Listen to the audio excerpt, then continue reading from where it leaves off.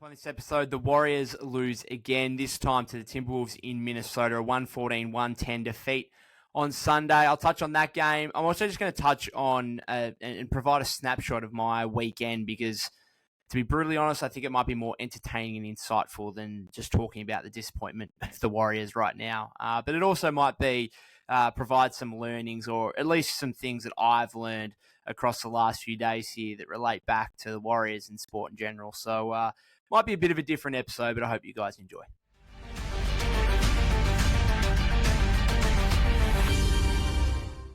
Yes, welcome back to the Golden State with Mates podcast. It's been, 5 or 6 days since the last episode here, and to be totally honest, I've been kind of out of the loop with the Warriors a little bit over these last few games. Last episode, I said that I was going to Melbourne and that I was potentially going to miss a game or two of the Warriors, which is very unlike me. Like, I write for a living and have covered every single Warriors game this season except for one of the first. So the first 67 games, I missed one because I had to attend a funeral. Other than that, every game I was watching live, doing match reports straight after, articles for the following day, podcasts, obviously, like whatever you count on it. And I decided for a couple of days at least, or a couple of games, to pretty much take them off, to take a weekend off kind of thing. And I think it was really good. It was really good for me. And so I kind of want to just provide a bit of a snapshot before I get into this Timberwolves game, which I don't really have totally a lot to say. To be honest, it'll be just the same old stuff that we've kind of reiterated about the Warriors season so far. But a snapshot of my last 4 or 5 days here, because it's been kind of wild. It's currently nearly 2 p.m. on Monday afternoon for me here. I'm from Tasmania, Australia, and I went to Melbourne with a few mates on Thursday afternoon. So I actually missed the first half of the Warriors win over the Grizzlies on Wednesday night American time because I was on the plane. It's about an hour flight. It's essentially the same as going from San Francisco to Los Angeles or vice versa. So similar kind of trip. Missed the first half and then was able to watch the second half on my iPad in the Uber on the way to the Airbnb. So that was Thursday. And then essentially from Thursday afternoon through to late Saturday night was 2.5, 3 days nearly of just being with mates and primarily drinking, watching sport, talking sport with mates, either at the pub, at the Airbnb, or at the footy. We went to 2 AFL games while we were over there Thursday night, and then kind of Saturday twilight game started at 4:30, Hawthorn, Melbourne there. So very enjoyable few days, and I felt like I took my laptop over there. I wanted to do as much work as I can because I'm so invested into this, and it's what I do. I just found that I didn't really have the motivation for it, to be fair.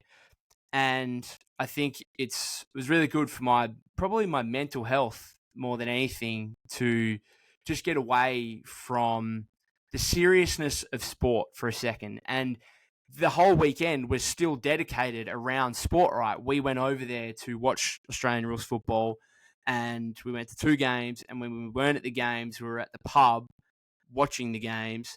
But I think just to be around mates, I think the weekend kind of provided me with a learning of what sport means to us. And I think we take it so seriously at times, and I'm so invested in purely the results of games and the results of teams that I go for.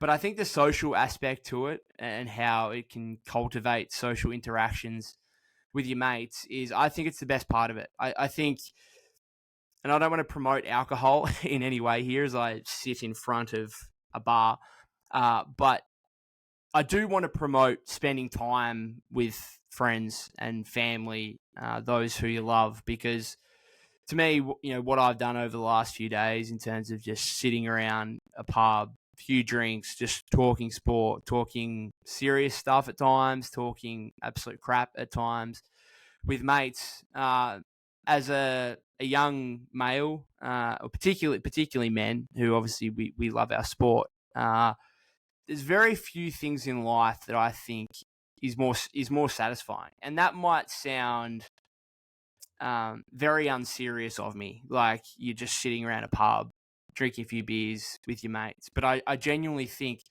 for your mental state, I think it is incredibly good for you. And shout out to the Warriors for reminding me of that, because I came back home yesterday. I missed, as I said, the first half of the Grizzlies game. Good win. Executed perfectly offensively. Really, 137 points. It was fantastic. It was also against the Grizzlies, who have been injury ravaged. Obviously had a really poor season, so how much can you really take from it? Probably not a whole lot. And then the Pacers game on Friday US time, Saturday for me, started at about noon on Saturday. Watched the first half just with the mates at the Airbnb, having a couple of drinks, and then we got in the Uber to go to the pub. So I missed the entire second half. Kind of followed it loosely on my phone, but I think the whole weekend really pointed out to me that I didn't really care about the results of any of the sporting games I was necessarily looking at. If I'm being serious, like I still had a great time, even though the Warriors lost on Saturday. I still had a great time, even though my AFL team, Collingwood, lost on Thursday night. And so it was much less about being heavily invested in sporting results and just enjoying who you're there with and who you're spending time with and the social interactions. I think it was really good for my mental health, and I want to thank the Warriors for giving me a reminder today in this loss to Minnesota that you are going to have a far better time right now spending time with friends, families, mates, whoever makes you happy. You're going to have much better time with them than watching this team by yourself currently. Because I spent the last couple of hours here kind of just shaking my head at the TV repeatedly, getting anxious about the scores. And I saw someone tweet out before, someone said, why do I do this to myself?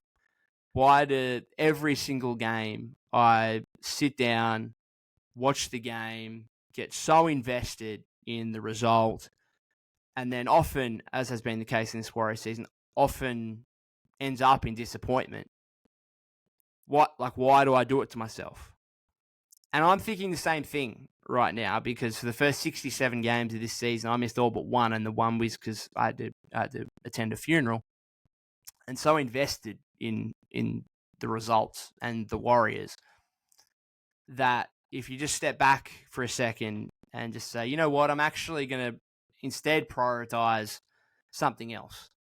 And for me, it was, I'm going to prioritize going out with my mates, trying to have a good time.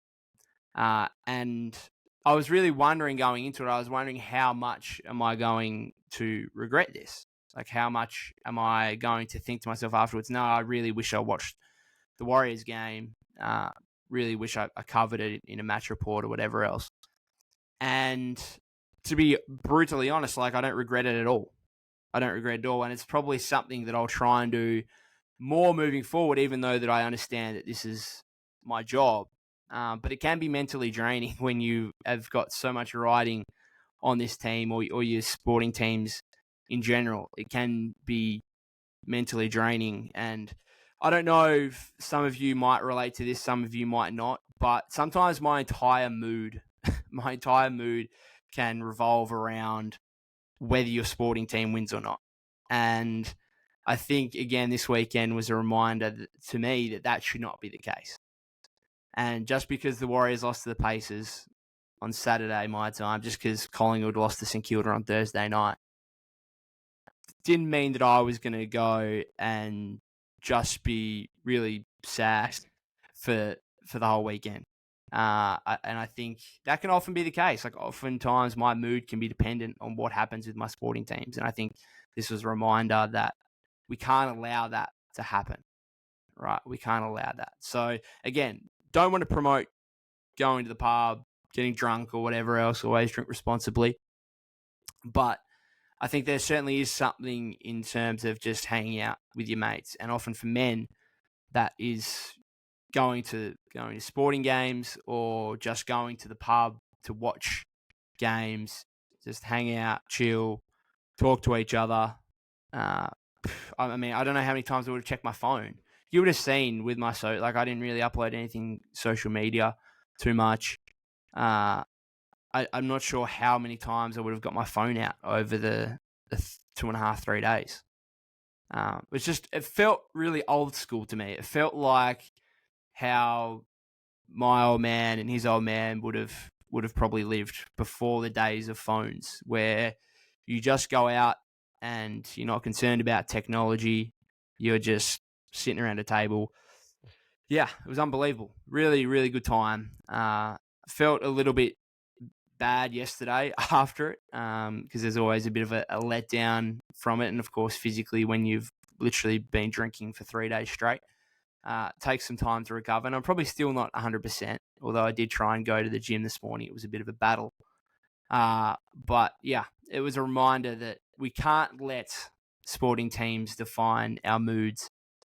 And that I think we've got to, even for me as someone who works as covering the Warriors essentially, I think it's important to take time out from your investment in the team and just really enjoy sport for what it is, which it can be a great driver for social interactions with your friends and family. So, yeah, fantastic weekend. And I'll get onto this game against the Timberwolves, which I don't really have too much to say about. Again, I've been out of the loop, so I can't really say too much about that Grizzlies game. I can't say too much about the Pacers game. Obviously, watched the entirety of this game.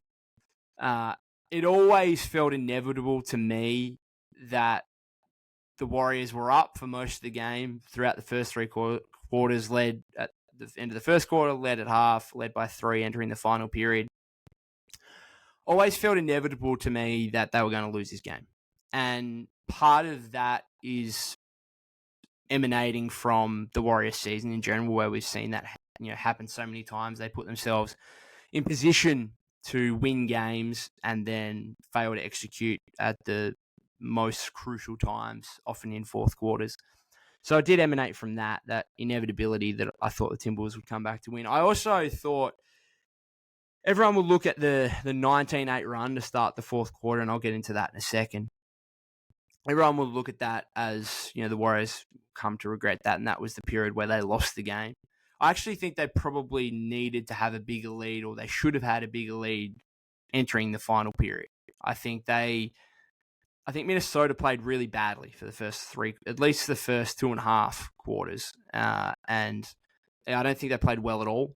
And I just continually looked at the game, continually looked at the scores and thought to myself, the Warriors need to be up by more here. Warriors were just kind of unable to capitalize on the Minnesota turnovers. I think the Timberwolves, did they have 5 or 7 more turnovers for the game, and yet the Warriors still lost the points off turnover battle. So that was disappointing. And I thought entering the final period that they should have been up by more, that they'd really been in control of the game, and that the Timberwolves had played fairly badly, had really been propped up by some more craziness really from known Warrior killer Naz Reid, who apparently wants to turn into prime MJ or LeBron, whichever NBA legend you want to allude to, and essentially that's what Naz Reid becomes when he plays the Warriors. He had 17 points in the first half, then made a 3 on the first possession of the third quarter. He had 20 points in the first 2 quarters and 17 seconds. 6 of 8 on 3, started 5 of 5. So he was really the only one that was able to prop up the Timberwolves offense. I mean, Ant was not at his best. Conley was not necessarily at his best. We know Cat's out, which is obviously a big loss for them and what he can do offensively and how skilled and talented he is. So I think I was just, looking back at this game, I think, yes, the Warriors would regret that 19-8 start that the Timberwolves had to the fourth quarter. But they'll also regret not having a bigger lead over the first 3 quarters, where, again, I think Minnesota played pretty badly for the first 36 minutes of the game. And then they started hitting shots. They started getting going. They finished 21 of 40 from three-point range, which is just the difference in the game. they outscore the Warriors by 21 from the 3-point line. Warriors still were healthy, like 39%, but nothing on Minnesota's 52.5%. So, yeah, it's just the tale of the Warriors season. You put yourself in position to win and you're unable to do so. In terms of takeaways, I really only have one major thing to say from the game, because I think for the most part it was just Warrior players just not executing, not individually performing at a level that we know they're capable of. Steph had a game-high 31 points. He was pretty good, it must be said. Didn't shoot overly efficiently. What was he, 9 of 21 or something, 5-11 from 3. He was good. And the biggest, I guess, issue coming from this game is through Steph's minutes, where he plays less than 30. Where Steve doesn't bring him in till the 6:54 mark of the fourth quarter after that 19-8 run from the Timberwolves that we've said was so costly for Golden State. I have a gripe to pull with Steve, and I'm Steve, like anyone, like any player. I'll be positive when I think he's coaching well, and I'll be negative when I think he's not coaching so well. I think, to me, he says after the game here, if you want to say that Steph Curry playing 30 or 32 minutes was the difference in a win or a loss, I totally disagree. Well, I totally disagree with that statement. Let's be honest. I totally disagree with that statement, because he's by far and away your best player, and it's not particularly close. And you end up losing the game by 4. You had a chance to go in front in the final 2 minutes. You had a game-tying attempt from Clay in the final 10 seconds. So you lose by almost the barest possible margin. The difference between Steph playing 30 or 32 could absolutely be the difference. Now, we're never going to know, because he didn't play those minutes. But could that be the difference in the game? Absolutely it could. And so for Steve to say he totally disagrees, I think is flat out wrong. Because Steph could have played those extra 2 minutes, and who knows what happens. All I know is that the Warriors are a far better team with Steph Curry on the floor. And this is not an early season game. This is not a time to be managing minutes. There is no waiting.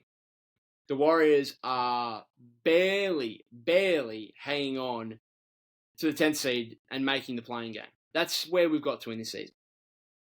That is where we've got to. Trying to hold on to the freaking 10th seed for a chance at the playing tournament. That is where we've got to. The Rockets are coming. And it might almost be best for the Warriors long term if they do actually finish 11th, because that might signal significant change in the offseason.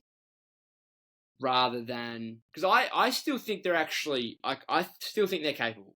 Now, maybe it's just the eternal optimist trying to be positive in me. Maybe that's the case. But I do think at times this season they have shown that they can still be a very, very good team. And I do think that this is just a very, very competitive league. I think the Warriors could have easily beaten the 3rd seed Minnesota Timberwolves in this game on the road in Minnesota. I think the Warriors are capable. If they finish 10th, could they win 2 playing games on the road? Very, very unlikely, but would they be capable of it? I still think yes.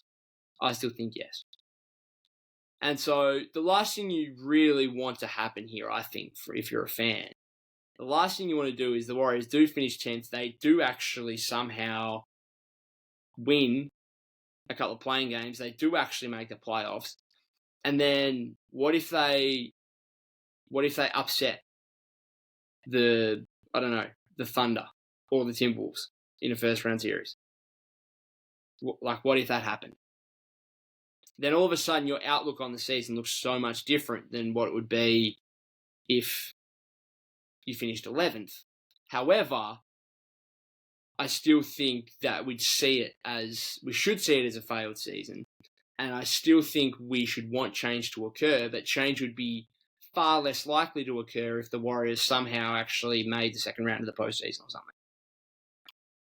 And so I do wonder whether or not finishing 11th would be better for the long-term outlook of this team, because it would probably push the front office and the franchise into making significant moves in the off-season, rather than making a magical somehow getting to the second round of the postseason thinking, that's actually a pretty good effort. Let's just run it back again.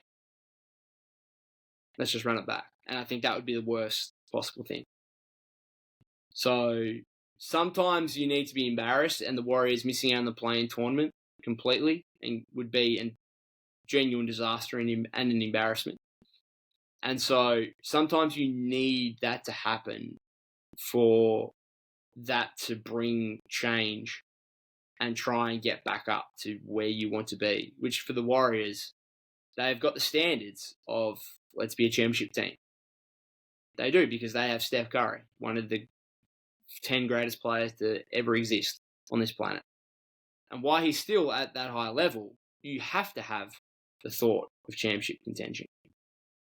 But obviously, if they were to somehow go on a run in the playoffs, they would feel like they could just run it back next season with a similar-ish team to see what happens, which I think would be a very, very conservative plan.